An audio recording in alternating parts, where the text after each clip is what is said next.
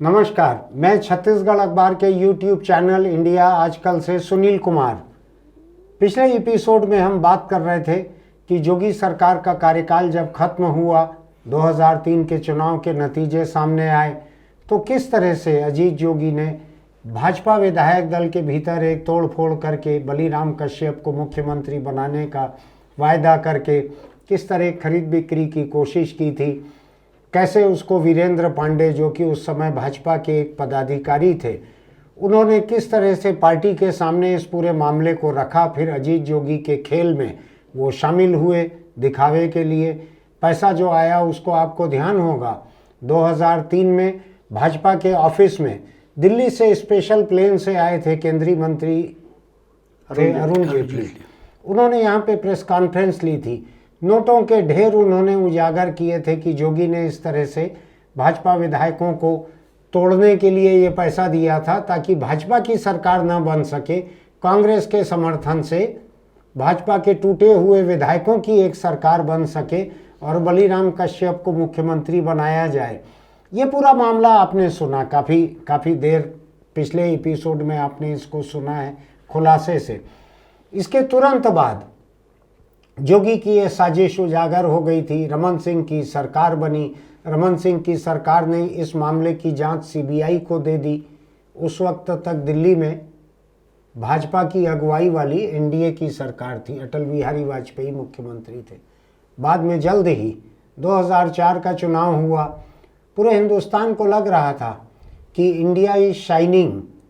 अटल बिहारी वाजपेयी की सरकार, उस समय की भाजपा, एनडीए, उसके लौट के आने का नारा था इंडिया शाइनिंग। ये शाइनिंग बबल जो है, बुलबुला, ये बस्ट हो गया और लोगों को समझ ही नहीं आया कि एनडीए की सरकार, अटल बिहारी वाजपेयी, इनको लोगों ने खारिज क्यों कर दिया, वोटर ने। होता है कभी कभी ऐसा, पॉपुलर परसेप्शन एक रहता है, बनाया गया परसेप्शन रहता है, हकीकत उसके उल्टे चले जाती है। 2003 में छत्तीसगढ़ में भी कई लोगों को लग रहा था जोगी लौट के आ जाएंगे।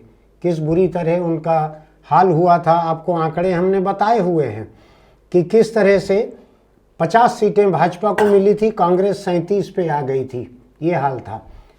हमने वीरेंद्र पांडे जी, जो कि उस समय भाजपा के एक वरिष्ठ पदाधिकारी थे, जोगी बलीराम कश्यप वाले पूरी कहानी के एक अहम किरदार थे, उनसे हमने अनुरोध किया था इस एपिसोड में कुछ देर हमारे साथ बैठने के लिए, क्योंकि ये उस वक्त करीब से देख रहे थे कि रमन सिंह किस तरह से मुख्यमंत्री चुने गए, किस तरह से दूसरे नेता जो हैं उनको मंत्री बनाया गया, विधायकों को।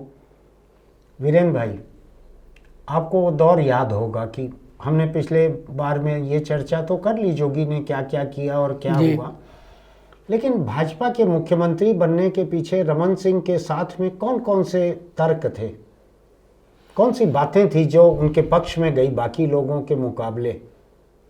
देखिए, सबसे पहली बात तो ये थी कि जो मैंने आपको पिछले बार भी बताया था कि जब अध्यक्ष पद स्वीकार करने का प्रस्ताव दोनों लोगों को दिया गया तो उसमें सर झुका करके रमन सिंह ने स्वीकार कर लिया। और भारतीय जनता पार्टी में अनुशासन के नाम पे ऐसे लोगों को पसंद किया जाता है जो आज्ञा पालक हों। बिल्कुल। तो एक तो सबसे बड़ा उनके पक्ष में गया। उनके पक्ष में दूसरा, उनकी अगुवाई में पार्टी चुनाव जीती, अध्यक्ष थे वो। स्वाभाविक रूप से। तो अध्यक्ष, देखिए, भारतीय जनता पार्टी में अध्यक्ष की बहुत भूमिका नहीं होती है। जो संगठन मंत्री होते हैं उनकी भूमिका बहुत ज़्यादा महत्वपूर्ण होती है। अच्छा। जो आम तौर पे मैं अपवाद था एक, जो प्रचारक नहीं होकर के महामंत्री संगठन हुआ। महामंत्री तो कई होते हैं भारतीय जनता पार्टी में, लेकिन जो महामंत्री संगठन होता है वही सबसे महत्वपूर्ण कड़ी होता है। अच्छा। जो पूरी पार्टी को चलाता है। ठीक है। तो यहाँ पर उस समय तक सौदान सिंह, आपने सुना होगा। हाँ। सौदान सिंह यहाँ पर महामंत्री संगठन होकर आ गए थे। अच्छा, ये 2003 के पहले की ही बात है। हाँ, 2003 में वो आ गए थे यहाँ पर। ये चुनाव यानी उनके रहते हुआ था चुनाव। तो मुझे लगता है कि एक तो वो कारण मैंने आपको बताया कि रमन सिंह के नेतृत्व में चुनाव लड़ा गया, जो कागजों पर होता है। सौदान सिंह का वजन भी इसलिए बढ़ा होगा कि 10 साल के कांग्रेस शासन के बाद भाजपा जीती थी। देखिए, जो मैंने कहा कि अजीत जोगी बहुत बुद्धिमान व्यक्ति थे, कौशल भी था उनमें, लेकिन सोच जो है, सोच और नियत ठीक नहीं थी। हाँ। जिस प्रकार की घटनाक्रम इन्होंने किया, नंद कुमार साय की लड़की का, फिर वो जो 4 अप्रैल को जो यहाँ पर हुआ था और जिस प्रकार का लाठीचार्ज हुआ और लोगों को मार पिटाई पड़ी, और फिर 13 विधायक खरीदना, कोई आवश्यकता नहीं थी जी, पर्याप्त बहुमत था उनके पास, कोई तोड़ने की जरूरत नहीं, 53 लोग थे उनके साथ, कोई तोड़ने की जरूरत नहीं थी। तो इन सब चीज़ों को लोगों ने अच्छा नहीं माना। तो एक वो कारण था जिसके कारण ये नहीं हुए, और थोड़ा सा भाजपा का प्रयत्न था ही, लेकिन जीतने के पीछे कारण वो नहीं थे। कारण ये था कि जोगी का मामला, जग्गी हत्याकांड भी हो गया था, ये सारा मामला मिलकर के जोगी के प्रति एक वितृष्णा छत्तीसगढ़ के लोगों के मन में आ गई थी, इसलिए भारतीय जनता पार्टी को जिता दिया। और बाद में भी दोनों बार जीत का कारण जोगी ही बना। 2 बार जो जीत के आए तो उसके पीछे जोगी ही कारण था। और जिस दिन जोगी को कांग्रेस पार्टी से बाहर निकाल दिया गया, भारतीय जनता पार्टी जीत नहीं पाई, ये तथ्य है। तो एक तो ये कारण था कि उनके नेतृत्व में लड़ा गया, वो आज्ञा पालक हैं, हमारी बात को मानेंगे, ये बात थी, इसलिए बन गए वो। और दूसरा देखिए, बाहर से तो उजागर नहीं होता, लेकिन सौदान सिंह और राजनाथ सिंह दोनों जाति के कारण एक दूसरे से जुड़े हुए थे और उन्होंने इनको मदद की, इसलिए वो बन गए। हाँ, लेकिन ये जो मंत्रिमंडल वगैरह का जो गठन हुआ, तो उसको अगर आप जरा ध्यान से देखें तो उसमें बहुत कोई दूरदर्शिता नहीं दिखाई पड़ती है। आप देखिए, उस समय रायपुर में 2 ही सीटें थी, रायपुर शहर और रायपुर ग्रामीण, बिल्कुल, और 2 लोग चुनकर आए और दोनों को मंत्री बना दिए, दोनों को मंत्री बना दिया, और दोनों एक ही जाति के थे, मतलब एक ही समुदाय के थे। और वो क्यों बने कि बृजमोहन का तो स्वाभाविक दावेदारी बनती थी, अनेक बार का चुना हुआ, मध्य प्रदेश में मंत्री भी रहे, लेकिन सिवाय एक चीज के जो पार्टी से निलंबित हुए थे बीच में एक बार, हाँ, वो उसी समय निलंबित हुए थे। यानी वो ताजा था, 2003 के 3 साल के भीतर की बात थी वो। लेकिन एक वरिष्ठ विधायक था, वरिष्ठ तो थे, उससे दावा कमजोर हुआ होगा ऐसा मुझको लगता है। नहीं, वो तो क्या होता है कि अब तो जो निकल जाता है, खिलाफ में लड़ता है, उसको भी लेकर के मंत्री बना दिया जाता है।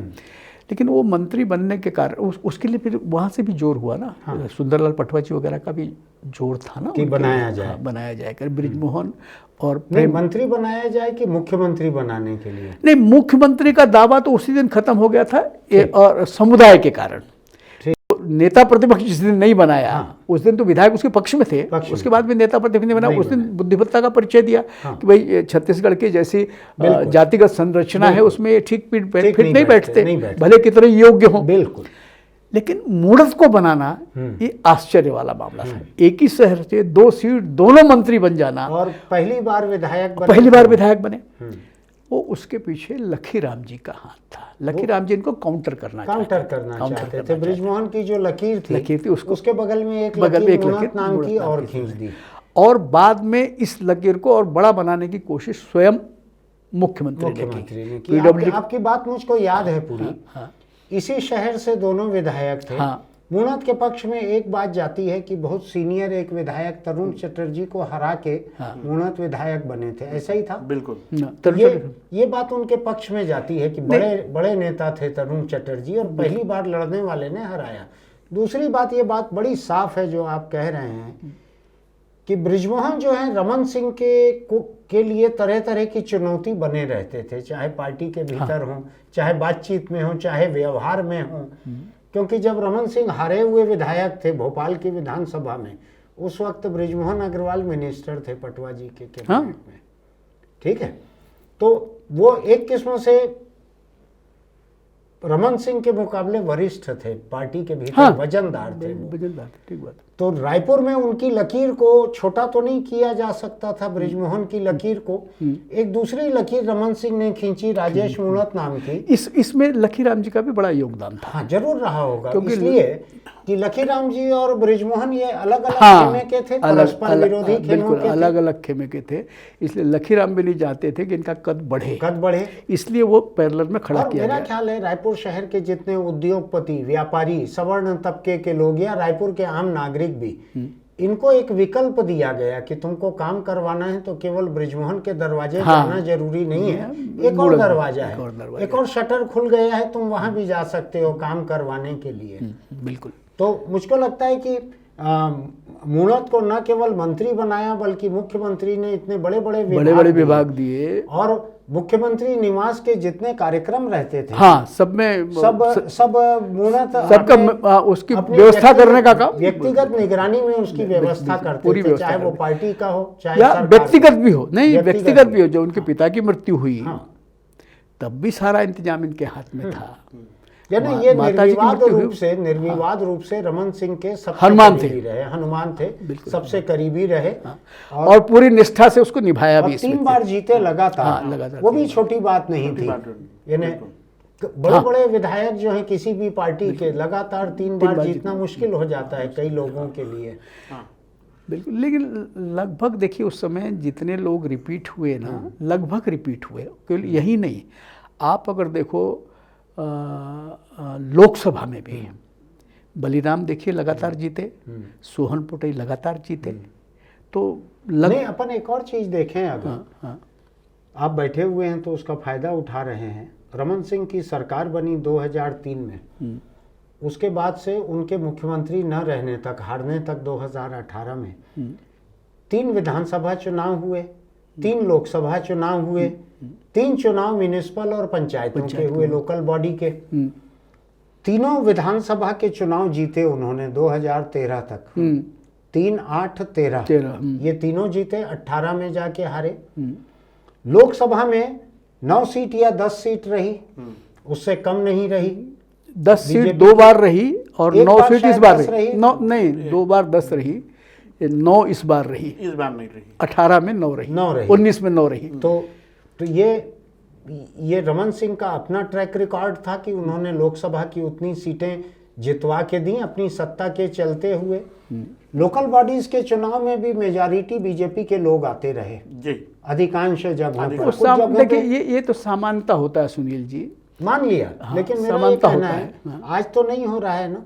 भूपेश बघेल की सरकार बनी 2018 में, उसके बाद जब लोकसभा के चुनाव हुए तो कौन सत्तारूढ़ पार्टी? मैं नीचे की बात कर, मैं नीचे की बात, मैं नगर पालिका और पंचायत की बात कर रहा हूँ। यानी कुल मिला के ये है कि नगर निगम और पंचायत, इन चुनावों में भी रमन सिंह सरकार के खिलाफ कोई नाराजगी व्यापक रही हो, ऐसा चुनावी नतीजे नहीं बताते। नहीं बताते। तो हम पहले कैबिनेट में आ रहे हैं। पहले कैबिनेट में जो लोग थे, क्या नाम है शशांक? उनमें अजय चंद्राकर, हाँ, अमर अग्रवाल, बृजमोहन अग्रवाल, राजेश पुड़ा, हाँ, राम विचार नेताम, नंकी राम कंवर, हाँ, गणेश राम भगत, हाँ, मेघाराम साहू, हेमचंद यादव, हाँ, विक्रम उसेंडी, हाँ, डॉक्टर कृष्णमूर्ति बांधी, हाँ, केदार कश्यप, हाँ, रेणुका सिंह, पूनम चंद्राकर, महेश बघेल, सत्यानंद राठिया और राजेंद्र पाल सिंह भाटिया।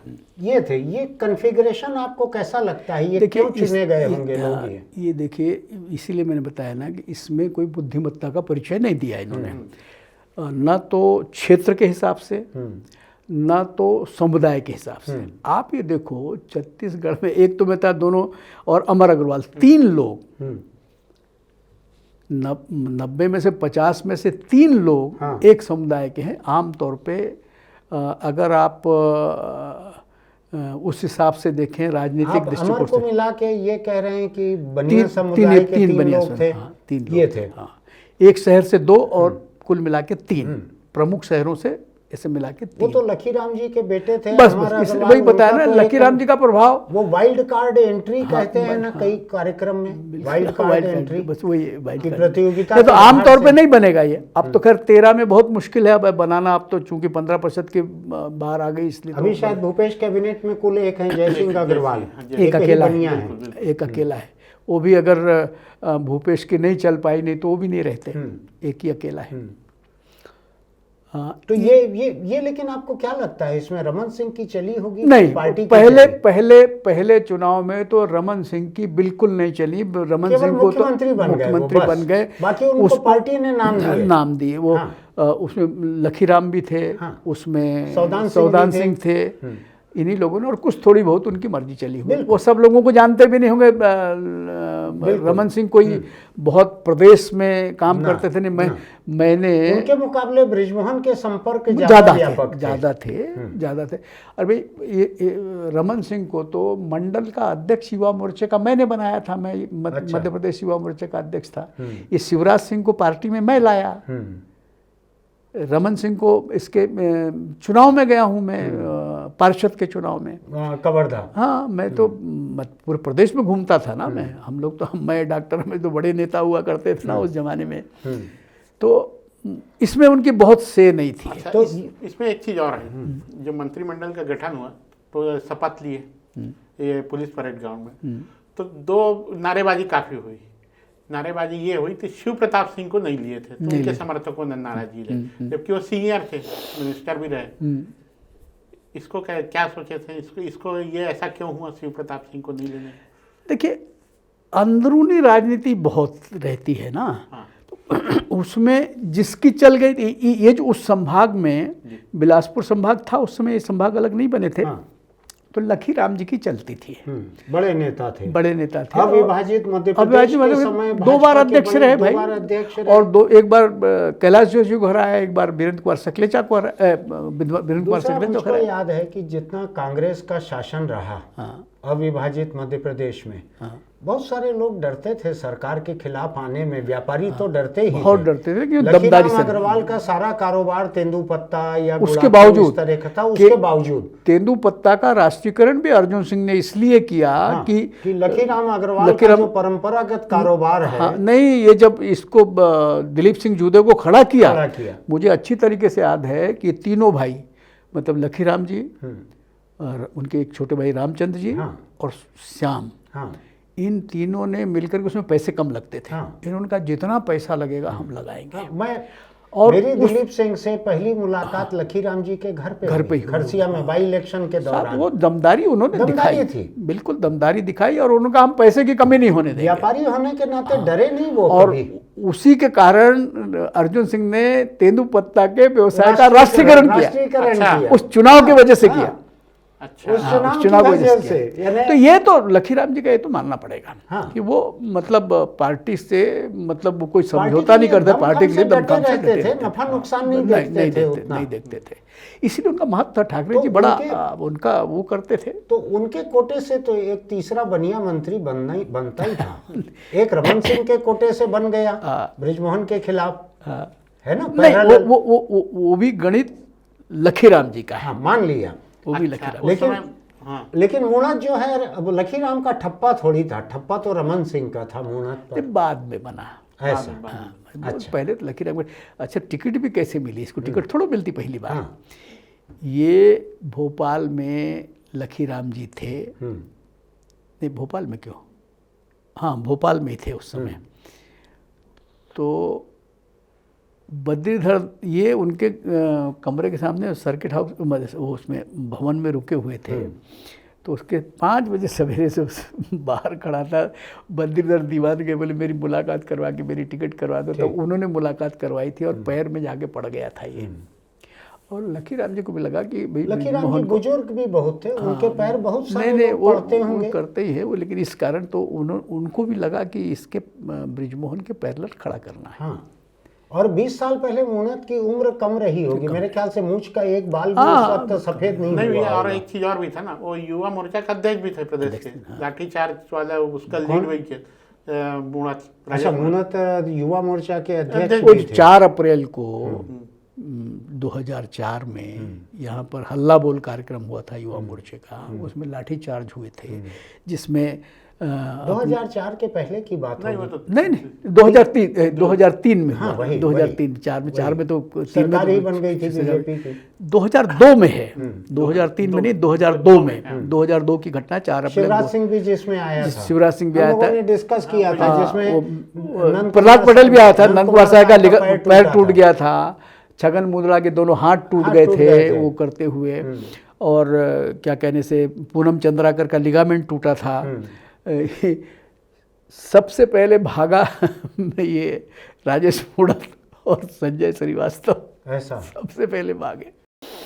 लाठीचार्ज हुआ था। लाठीचार्ज पे। और ये शिवराज सिंह, ये डीके हॉस्पिटल था तो उसकी बाउंड्री पे कूदा था तो उसको लग गया था। एक आदमी दम से वही खड़ा था, वो था प्रहलाद पटेल, उसको मार रहे थे। अच्छा। बोले यार मेरे को ही मारो क्या, दूसरे को मारो। अच्छा, मेरे को एक भी लाठी नहीं बजी। मैं भाषण देकर, मैं महामंत्री था उस समय, भाषण देकर उतरा और संयोग से उस दिन में पेंट और शर्ट पहना हुआ था। अच्छा। पेंट और शर्ट पहना हुआ था। मैं भाषण देकर नीचे उतरा और उसके बाद पता नहीं क्यों लाठीचार्ज शुरू हो गया। तो मैं पुलिस वालों को डांट रहा था, ये क्या कर रहे हो। वो समझे मैं कोई सरकारी अफसर हूँ, इसलिए मेरे को उन्होंने बिल्कुल छुआ नहीं। आपको एक बात याद रखने की जरूरत है, जो लोग भी इस कार्यक्रम को देख रहे हैं उनको, कि अगर किसी ऐसे कार्यक्रम में आप विरोध प्रदर्शन करने जाते हैं जहां लाठीचार्ज का कोई खतरा आपको दिखे, कुर्ता पजामा तो मत इस बात पहनना। को ध्यान रखिएगा, कुर्ता पजामा पहन के नेता की तरह मत जाइएगा। अफसर जैसा कपड़ा पहन के जाइए, आपके साथी सब पिट जाएंगे, आप बच जाओगे। हाँ वीरेंद्र भाई। वो क्या है, ये जो नगर सेना वाले लोग थे, तो कोई सर मंच में ऐसा वो ठोक रहा था। मैंने कहा मंच में क्या ठोक रहा है, भगवान से। तो उनको क्या लगा कि मैं पार्टी का नहीं हूँ, कोई तहसीलदार, मजिस्ट्रेट, कुछ है तो ऐसा। ऐसा लगा होगा लोगों हाँ। को। लेकिन साहब बहुत बर्बरतापूर्वक किया उन्होंने, और काफ़ी लोगों को काफ़ी चोट आई। तो इन सब घटनाओं का परिणाम था कि वो चुनाव हारे हैं। ये जो लिस्ट है, ये शशांक ने लिस्ट बनाई है, ये इसमें एक मैं देख रहा हूँ नाम केदार कश्यप का।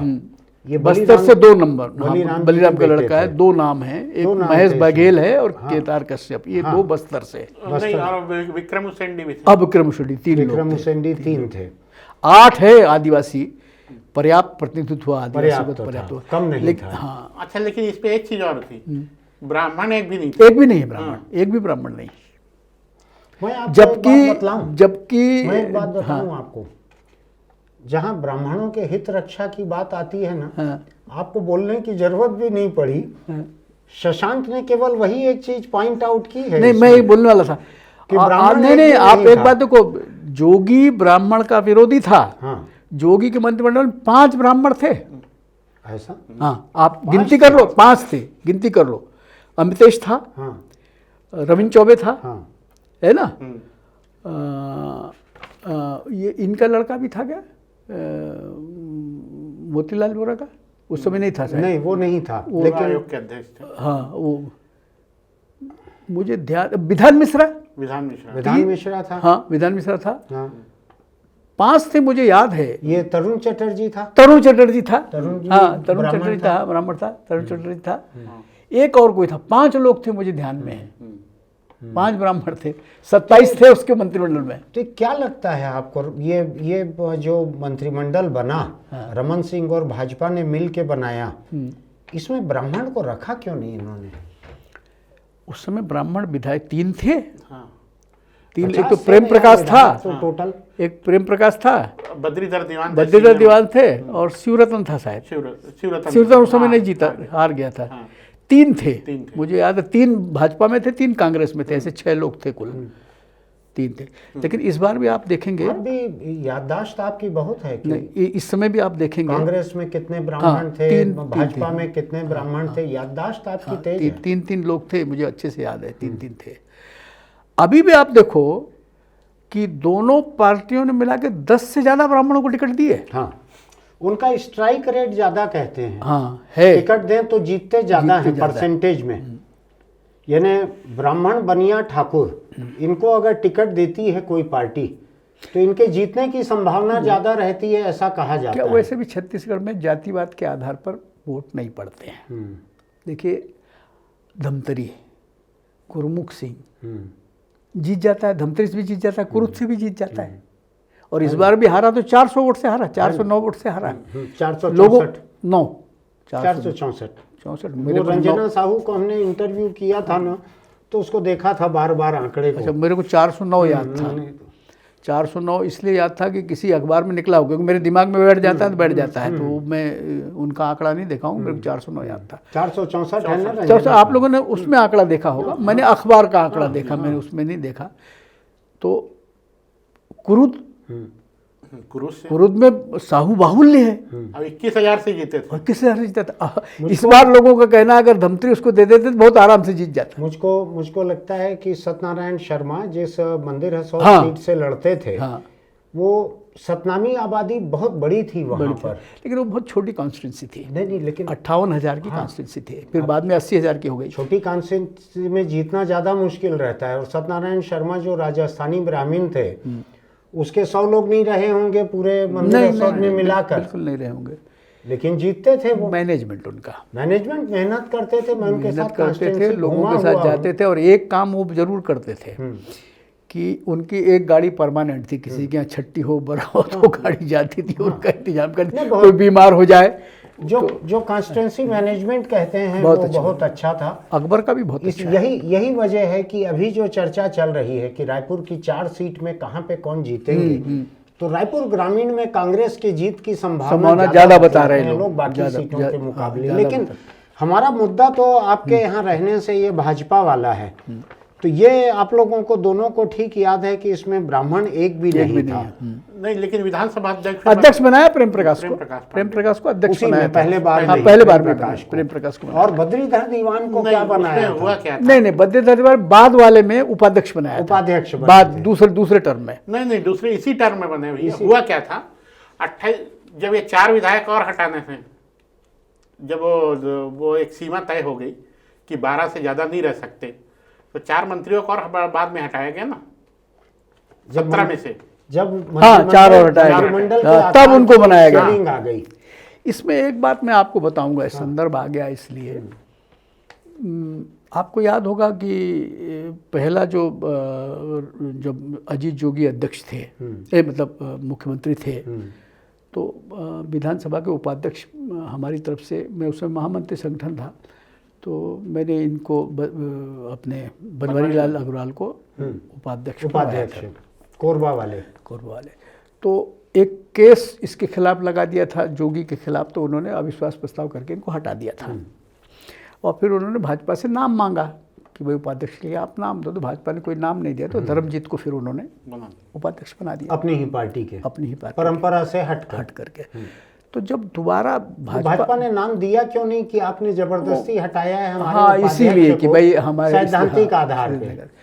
जब रमन सिंह मुख्यमंत्री बने, तब अध्यक्ष के लिए नाम आया कि अध्यक्ष इनको बनाया जाए प्रेम प्रकाश को। तो मैंने कैटेगरिकली जा करके रमन सिंह को कहा था, उपाध्यक्ष भी अपना बनाया था इन्होंने, उनको बनाया और फिर इनको बनाया, बद्रीधर को बनाया। तो मैंने उनको कहा था देखो उपाध्यक्ष का पद आप विपक्ष को प्रस्तावित करो, दरिया दिल्ली दिखाओ। हाँ, नहीं दरिया दिल्ली, मैंने कहा ये देखो ये परंपरा हमने चालू की थी 1977 में, कि भाई अगर लोकतंत्र को ठीक से चलाना है, मैंने कहा उसने किया होगा, कुछ भी गड़बड़ किया होगा। मैंने कहा तुम साधु और बिच्छू की कहानी तो सुने हो ना, कि बिच्छू का डंक मारना स्वभाव है, तुम्हारा तो नहीं है ना स्वभाव। चूंकि ये परंपरा देश भर में हमने चालू की थी, आज भी चलती है वो परंपरा, तो उसको करो करके, लेकिन उन्होंने बात मानी नहीं। फिर भी आप साधु बोल रहे हो रमन सिंह को? नहीं, बाकी लोग के मुकाबले ठीक है। साधु बाकी के मुकाबले ठीक बात आप बोल रहे हैं। अब हमारे दिल्ली में देखो ना, आज तक कोई उपाध्यक्ष नहीं है लोकसभा में, बनने ही नहीं दे रहे हैं ये भी। बनने ही नहीं दे रहे। नहीं, रमन सिंह उस मामले में बहुत हमलावर और नहीं, बहुत नहीं, रमन सिंह का एक अच्छा स्वभाव ये है, कि वो प्रतिशोधी आदमी, प्रतिशोधी नहीं है। वीरेंद्र पांडे जी के यहाँ रहने से हमको रमन सिंह के पहले मंत्रिमंडल जो कि 2003 में बना था, उसका कार्यकाल ज़्यादा 2004 से चालू हुआ था, 2003 में बना था वो, उसका एक संदर्भ समझने हमको मिला कि किसको बनाया गया, क्यों बनाया गया, किसको नहीं बनाया गया, किस जाति समुदाय के लोगों को नहीं बनाया, किसके 8 लोगों को, कितने 8 आदिवासी थे उनको बनाया गया था। बाद में कटौती होते समय फिर थोड़ा कोटा सबका कम हुआ था, ऐसा ही था। 2003 में 15% की सील आ गई थी, सीलिंग आ गई थी। तो हम इस बातचीत के सिलसिले को जारी रखेंगे। आज हमने वीरेंद्र पांडे जी के यहाँ रहने की मौजूदगी का फायदा उठाते हुए ये छोटा सा एक एपिसोड तैयार किया है रमन सिंह के कार्यकाल की शुरुआत का। इस कार्यकाल के बाकी के जो 5 साल हैं उसके बारे में मैं और शशांक आगे आपके सामने पेश होंगे। कल परसों में ही शुरू करेंगे बातचीत को आगे। फिलहाल आज इतना ही, हमने शुरुआत कर दी है रमन सिंह के कार्यकाल की। अगर आपको हमारा वीडियो अच्छा लगता है इसको सब्सक्राइब कीजिए, नोटिफिकेशन की बटन दबाइए, लाइक कीजिए, टिप्पणी लिखिए कि हमारी बातें आपको कैसी लगी। आज एक तीसरे मेहमान भी हमारे साथ में थे। और हाँ, आप चाहें तो इसका लिंक अपने दोस्तों को ज़रूर भेजिए, हो सकता है उनकी भी दिलचस्पी हो। मैं एक छोटी सी अपील आपसे करना चाहता हूँ, अगर आप दुपहिया चलाते हैं तो हेलमेट लगा कर रखिए, उसका सीट बेल्ट भी लगा कर रखिए, बेल्ट लगा कर रखिए। और अगर चौपहिए में चलते हैं तो सीट बेल्ट लगा कर रखिए। किसी हादसे की हालत में यही 2 बातें आपकी जान बचाती हैं। फिर मिलते हैं।